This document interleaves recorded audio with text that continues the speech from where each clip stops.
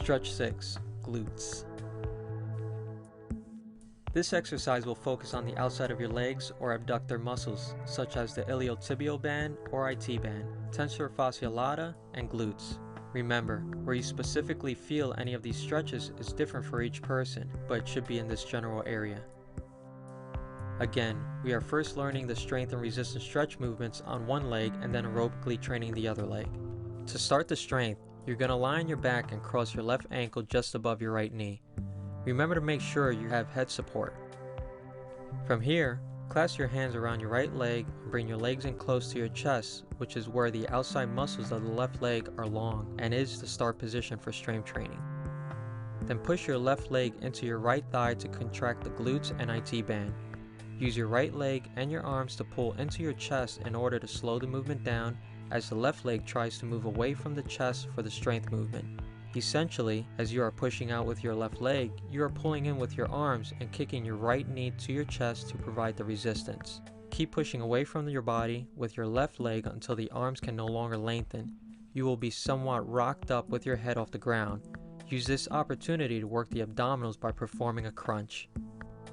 Now release and go back to the start position and repeat the strength movement.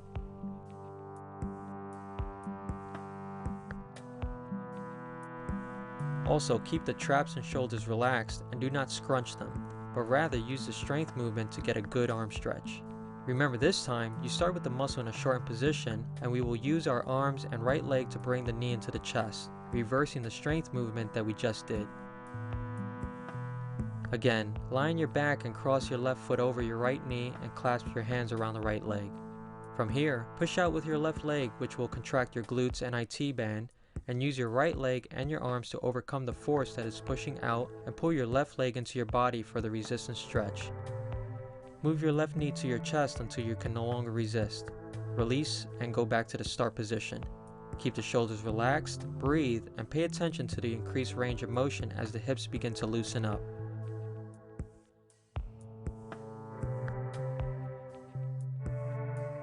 Remember not to let those hips rock up too much and constantly pull those glutes to the floor in order to increase the resistance stretch.